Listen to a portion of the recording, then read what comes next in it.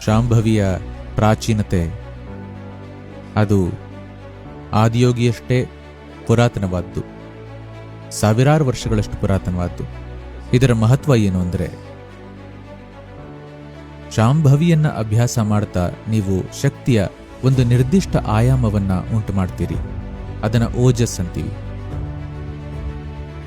ಇದು ಶಕ್ತಿಯ ಅಭೌತಿಕ ಆಯಾಮ. ನಿಮ್ಮ ಸುತ್ತ ಒಂದು ಮಟ್ಟದ ಓಜಸ್ ನಿರ್ಮಿಸಿಕೊಂಡ್ರೆ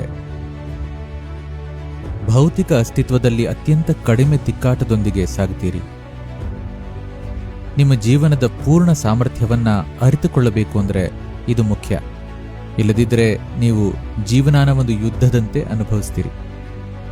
ಯಾವಾಗಲೂ ಸುಮ್ಮನೆ ಮಾನಸಿಕ ಭಾವನಾತ್ಮಕ ಶಕ್ತಿಯ ಹಂತದಲ್ಲಿನ ನರಳಾಟ ಉಂಟಾಗುತ್ತೆ. ಯಾಕೆಂದರೆ ಎಲ್ಲೋ ಒಂದು ಕಡೆ ತಿಕ್ಕಾಟ ಇದೆ.